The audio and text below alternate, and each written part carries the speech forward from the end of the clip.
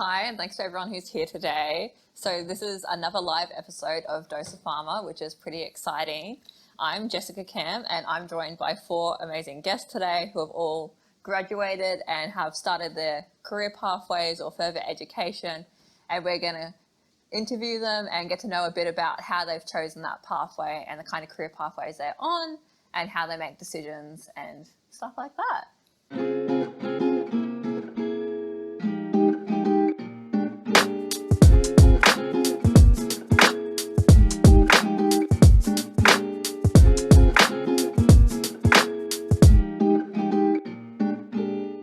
So to start that off, let's have each of our guests introduce themselves and say what they graduated from and a bit about like what their career pathway have been. Like what did they go into after they graduate? Like what kind of jobs have they had and what are they doing now? My name is Yusra and I graduated from pharmaceutical science at Monash. After I graduated, I got a job as in part of Tilix Pharmaceuticals, and I was just pretty much doing administration work. I worked there for 3 months and then I quit because I realized I could not continue working in this career. I then thought about something else. I was debating between teaching and psychology, and after thinking, I realized I've always wanted to become a teacher, and I was more interested in watching the lecturers teach rather than the actual content they're teaching. So I decided to do Masters of Teaching. Hi everyone, my name is Amy Chen, and I did a Bachelor of Pharmaceutical Science here at this campus at Monash University. After that, I went straight on to honors because I was very interested in research. After I finished honors, I felt like I needed some experience. I was interested in continuing my research career, but I thought it would be a good idea to get some industry experience or whatever is available. So I tapped into my network, spoke to lecturers on campus, and ended up getting a job as a research assistant in a industry academic collaboration lab on campus at Monash University.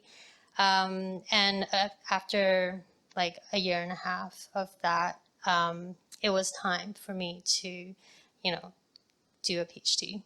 Like, the path is a little bit up and down, but like this is the big picture. And well, during my PhD, I had second thoughts about whether or not I wanted to stay in academia and research, mainly because the lifestyle of a researcher is really, really tough. You may be aware that funding for medical research is getting like smaller and smaller and smaller every year. The success rate's really little, and there's a lot of like mental health issues with researchers in general, and that wasn't the lifestyle that I want to lead. So after I finished my PhD, I tried a lot of different things, and I think it might be too many to list right now, but yeah, I did. I was a assistant lecturer for half a year at this campus teaching into the pharmacy course, and then I got a position through my networks as a public engagement officer for a research theme, and then I found out about a postdoctoral researcher position and did that for a bit, and then started talking to people in the marketing team at this faculty, because I realized after all of those experiences that what I love the most is to tell stories. And so I started working with the marketing team on projects, and now I am a marketing officer at Monash University. So it is a little bit of an up and down, but yeah, I would be happy to talk about that more if that's interesting to the group. Yeah, I'm sure we'll definitely explore that. Now over to this side. Hi, so my name is Irvin, and I actually just graduated last December, so very recent. So my story is more straightforward than everybody else's, it seems like. I actually just finished the Bachelor of Pharmaceutical Science, and the thing is, for me, since I don't have a lot of work experience yet compared to others, I actually did a lot of volunteering and also a lot of extracurricular work within the first 3 years of university as well. My plan was actually to take honors. I enrolled in honors, but I decided to drop during my second year because I realized I wanted to go into the industry more towards companies rather than research.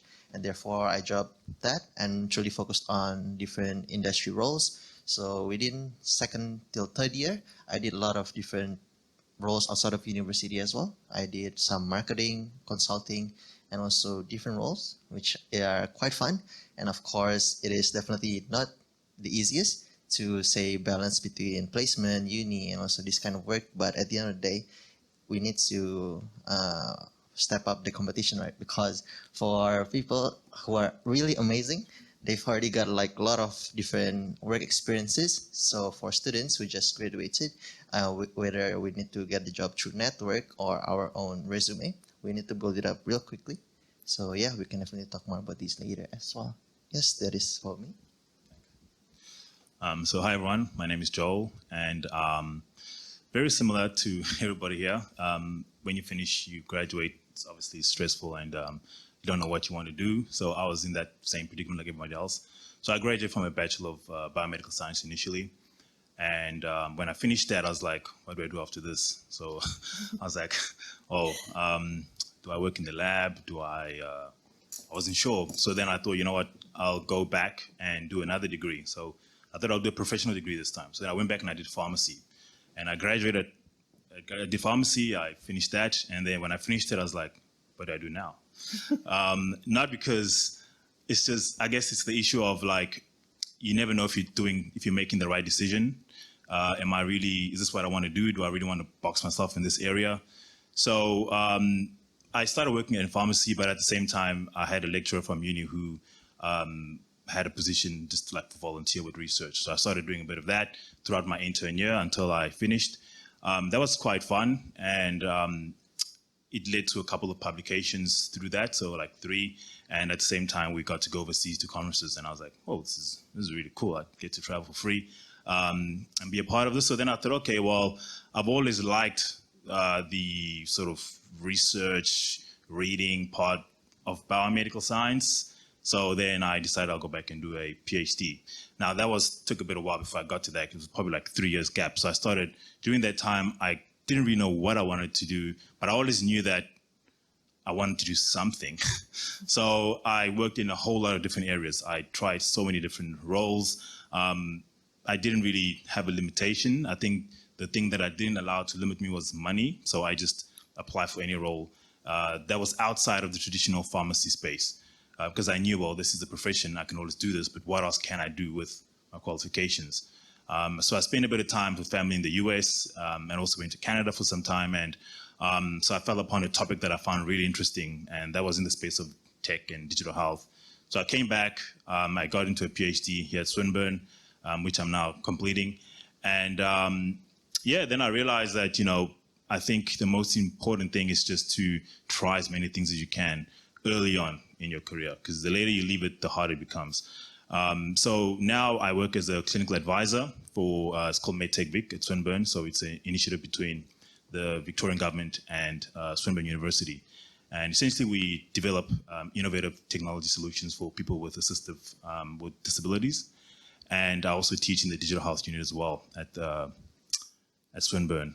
And whilst when I have time, I'll locum and work in pharmacy. But I guess because I was someone who was always interested in different things, it got me to a good position where I am right now, because I have the opportunity to touch on different things that interest me at a particular time in my life. So that's probably the biggest thing I think I've gained out of it, is that I'm in a position now where if I want to do something in academia, I could do it. If I want to do something in industry, I can do it, because I've worked in industry, I've worked in primary care, I've worked in research. So in the end, when I was trying to figure out what is it that I really like, then I realized that I don't want to be one thing. I want to kind of be at the intersect where everything happens. So that's probably the thing that I like the most of where I am right now. It's just being able to being what they call translational. So where, let's say, you're not fully in academia, you're not fully in industry, but you're where things are happening. So you're kind of like affecting change. And that's what I like the most about like where I am right now. So yeah, thanks. Yeah. Oh, that's so many fascinating career pathways that have varied so much. And it's like some very similar starting points as well, which just shows like such like diverse pathways, diverse careers you can eventually lead into. So when you first graduated, what kind of things did you factor in to make that decision about what you wanted to do next? How did you decide whether you want to do further studies or what career you wanted to go into? Like, how do you decide, like, how do you make these decisions when you're feeling all these overwhelming things about uncertainty about what to do? Maybe let's start with Irvine because he's most recently graduated. Right. So for me, especially as an international student, as some of you guys here, we know that it is not easy to find a job in the first place, right? Therefore, I needed something to be able to help me stand out.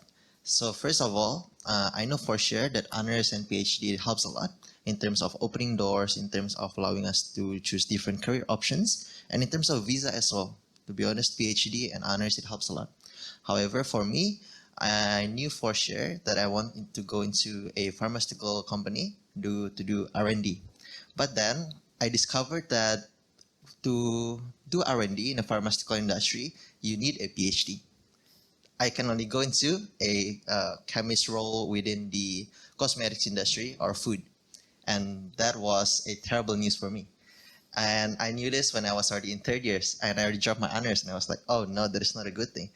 However, I remember that at that time I did a lot of volunteering as well in the HPLC labs and also different roles outside of university. And through that, through networking as well, I actually got introduced to the company called MMIC within Monash University. And through this company, I was then proposed to work with the client, which is Polyactiva. Now, this is an amazing opportunity for me because through this company, I was able to do R&D in the pharmaceutical industry. Although it is not easy at the start, there's a lot of different research needed and also a lot of different formulation techniques and all the different reports that I need to do. It is definitely something different from university. However, I know for sure that university is basically the foundation of all different careers, and therefore you guys are definitely set. You just have to really try your best to make what you can from university itself. And therefore, in terms of deciding where I wanted to do, it basically flows. So I wanted to make sure I use each and every day very efficiently as possible, trying to gain as much experience as possible, trying to really get my foot out of the door, networking with people either on LinkedIn or Facebook to, just get my stuff out there so that when the opportunity does propose itself, it can then come to me and I can basically be there for it. Yep, that would be for me. Maybe we'll hand it over to Joel and maybe just talk about at your different decision points, like why did you decide to go back and do another degree, and with so many different interests, how did you like choose which ones to do or just take every opportunity that comes? Yeah, so just tell us a bit more about that. Yeah, I think you mentioned two important points. One was trying different things, so volunteering. So that's probably the first thing that set my career off was when I graduated from biomedical science. I'm pretty sure it was at the end of the year, the lecturer had a position available. Like she just sent an email to everyone saying, hey, is anyone interested in helping out at the end of the year? Now, I'm pretty sure nobody wanted to do it because everybody wants to go on holiday. You want to party, have some drinks. And I wanted to do that too. But then I thought, I'll just take it anyway because what have I got to lose, right? So I think doing that, and through that, you meet a mentor. And mentors are probably the most important things you can get in your career. If you have a mentor, they can actually tell you certain things that you don't know because they've got that long-term vision, which you don't have yet. So I think through that, meeting her, she was able to mentor me. And then later on, when I went to the US, I got another mentor who was then able to really help me get on to, doing a PhD. But I guess the reason why I went on to do like a PhD was because I wanted to travel, and I thought I can go to conferences and have fun. So that's what really made me do it. But I've always liked it. But I just thought, well, I've done pharmacy now, so what else have I got? I may as well just do it now. So and also I kind of I've always had this sort of like weird like urgency to get things done early and not leave it for too late. Because I always used to watch people where I work at when they're like maybe 40 and they've got family, they've got kids, and it's very hard to make changes in your career at that time. So I always thought, as soon as I finished, I've got to try and do this as quick as I can. So those are some of the things that were playing in my head that really made me think, well, I better do something now. It doesn't matter what it is. And yeah, I think any activity is better than no activity, and that's probably the most important thing I'd say. And then Amy, you mentioned it a bit before about like how you made your decision to like go back and do a PhD and then like all the jobs after that. Can you expand a bit more upon like how you made those decisions? Yeah, well, like Irvine, I was an international student when I studied my undergrad as well. And so there wasn't really a lot of opportunities to actually get a job straight out of uni. And I was also a little bit intimidated. That's why I continued with honors. Fear wasn't my main driver. I actually really enjoyed learning about mental illness, in particular schizophrenia, was a disease state that I am most passionate about. Like it's, and looking for new ways of treating schizophrenia was a huge research passion of mine. So that was where the project that I did my honors in. The reason why I didn't go straight on to PhD was because I was still a international student, so I couldn't get. There's not a lot of scholarship offers for me if I wanted to go straight on to a PhD, and my parents were also like, you have to prove that you can get a job with this random degree that you decided you wanted to do. They didn't say it that way, but they were concerned about my future. Like they didn't want me to be an overqualified but never employed person by the time I finished my PhD. So that's when I reached out to my network. And I know you might be thinking, ill network, I don't want to talk to people I don't know. Definitely what I felt when I was in my early 20s. But if you have lecturers or people in your community that are in certain positions that you can find the courage to talk to, definitely talk to them and just be like, hey, look, I'm looking for a job. Do you know anybody, or do you have any connections that I can tap into? And that was what I did. Like I reached out to a lecturer who I know has a lot of industry ties, but yeah, just opening yourself to that, be vulnerable, and that was fruitful for me because she herself had positions available, and so I was hard. But yeah, and so after the research assistant position, I was able to get permanent residency. So I applied for a PhD because I still wanted to do more research in schizophrenia. So I did get the scholarship and launched into a giant PhD project. And I'm sure, Joel, you'll agree with me. It's not just travels and fun times. It's a lot of the times just banging your head against the wall. But, if you have the passion for it, it's definitely worthwhile. And the PhD experience was a huge learning curve for me, and is also where it wasn't just like hard skills that I learned. So like not just the science, but also confidence in being the whole person that I am, like public speaking, being able to just be confident in myself, like all of that I learned through my PhD. So after my PhD, it just is a little bit of a mess, to be honest, because I was so keen to get out of research. Like writing that thesis did my head in. And so I hated research by the end of that. I never wanted to set foot in a lab ever again. And so I just did the same thing that I did when I finished my honors, which was talk to people that I knew and be like, hey, I just need money to live for now. So if you have any casual positions, whatever, I'm available, because, I need to make a living while I apply for big ticket roles, And so I was a casual teaching associate, and then that role became a little bit bigger over time. And so I was in the academic sort of environment, and during that time, I was also finalizing my thesis. So for those who don't know, like when you submit your thesis, that's not the end of it. You're submitting it to a panel of researchers who then critique and judge your thesis. And if they think you need to rewrite it or add more things to it, that's on your own time. You have to do it if you want to graduate. And so while I was waiting for all of that feedback, I was doing the casual work.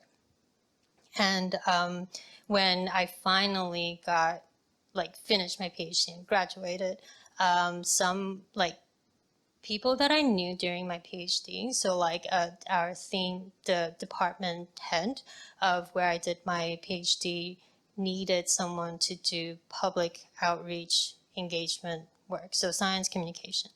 And he reached out to me to say, hey, I have this position, are you interested? And you might be thinking, oh my God, like it's just one of those stories of you just happen to meet someone who just happened to have an opportunity and it's like smooth sailing. It wasn't really, because during the PhD, I was involved in a lot of student associations. And so I did events like this. I, made it not purposely, but people came to know that I'm the person who does a lot of student association stuff. And maybe that's why my PhD was not great. But kidding, I did try very hard. But like, I was getting myself out there. And so they knew that I was interested in events and project management and all of that. And so it was sort of, lucky that they had a position for me. Anyway, so I was able to do that part-time for a bit, but I was missing the lab. I was walking around the university thinking, man, I miss data points. I want to make a graph again, like, or pipette something.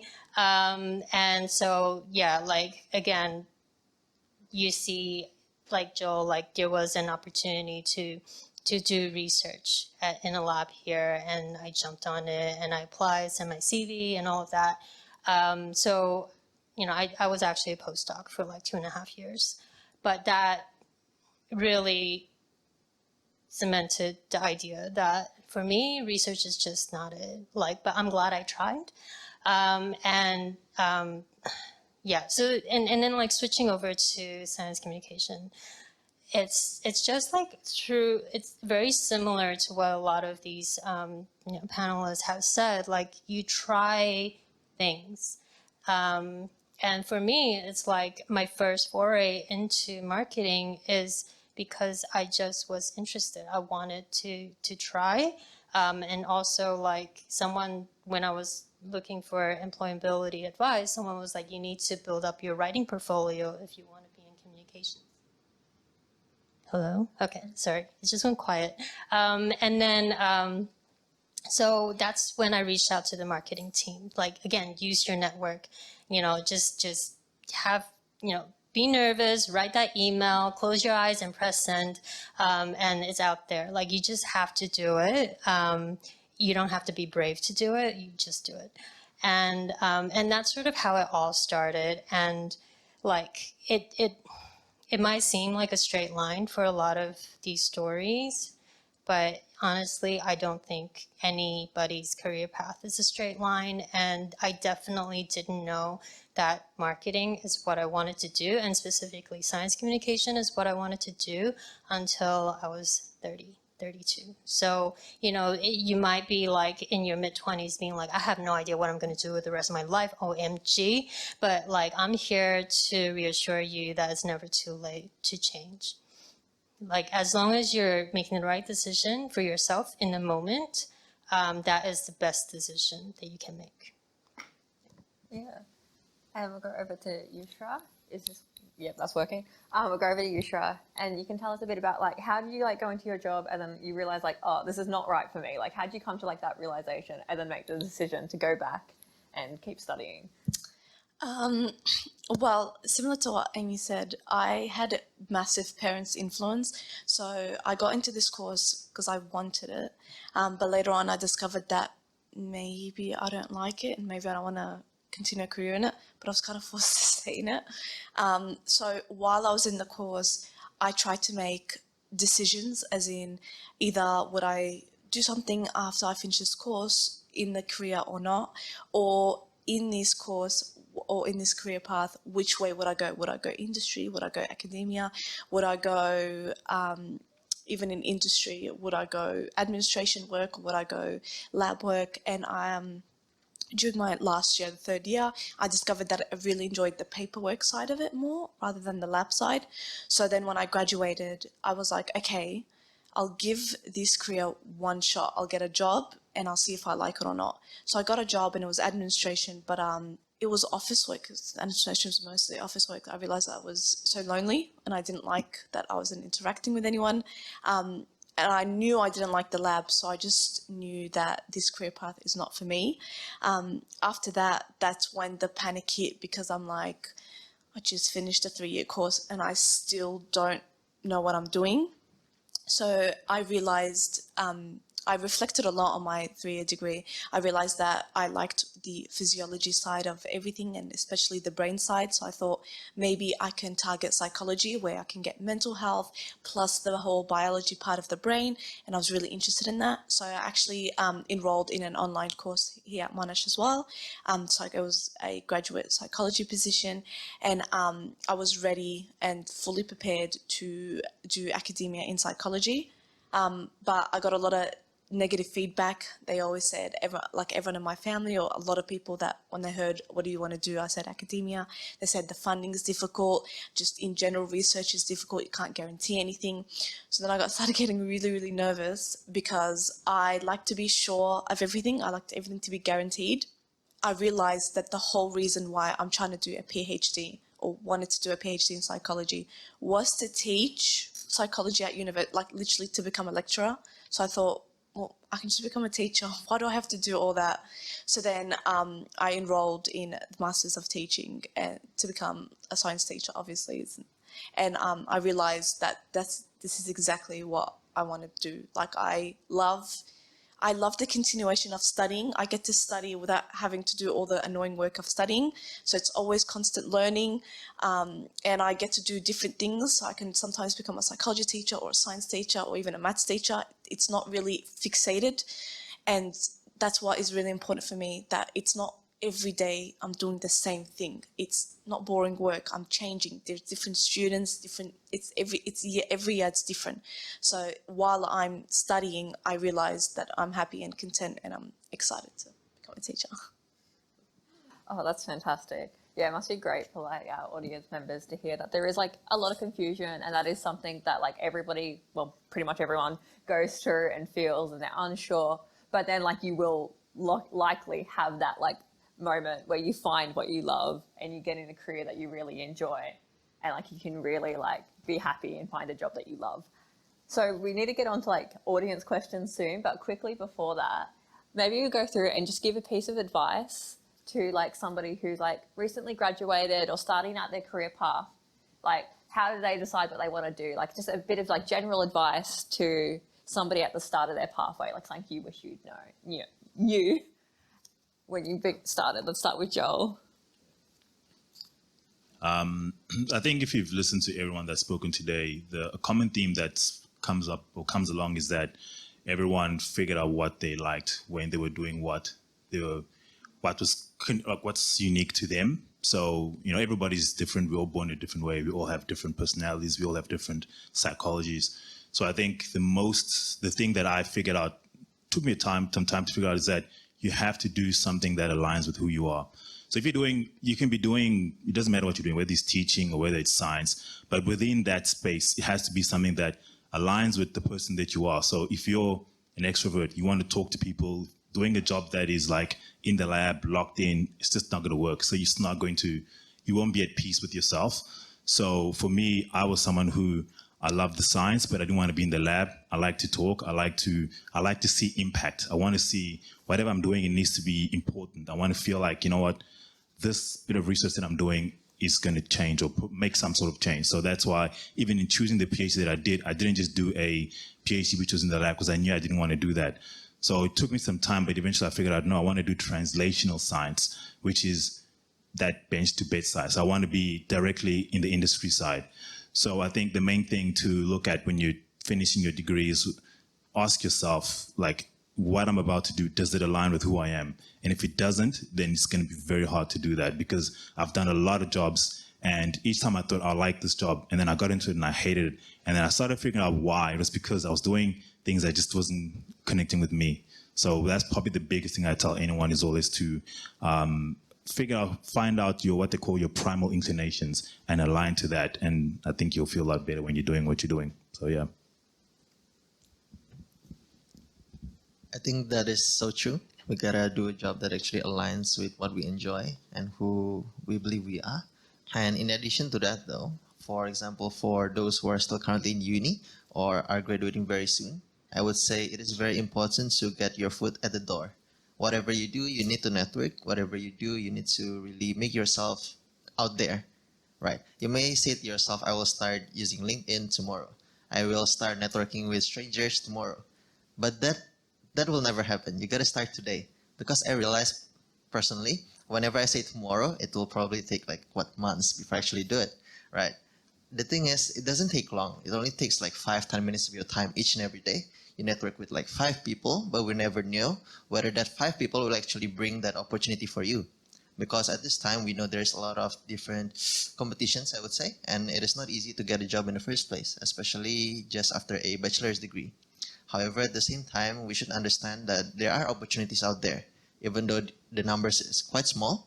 If we actually put ourselves out there, then we can actually be the ones who can actually obtain that opportunity and be able to do what we enjoy to do. And therefore, if I can give one advice, is to actually really put in the effort to do what other people do not want to do. Just put in that small extra effort, and we never know whether that small extra effort will actually get us where we actually want to be in the future, especially in terms of our career choices. I think as overused as is just follow your gut. Like you will know, you will feel it. If you're in a job and you're like, I'm not sure, it's a no. It's literally a no. You will know when you're into something, and just try.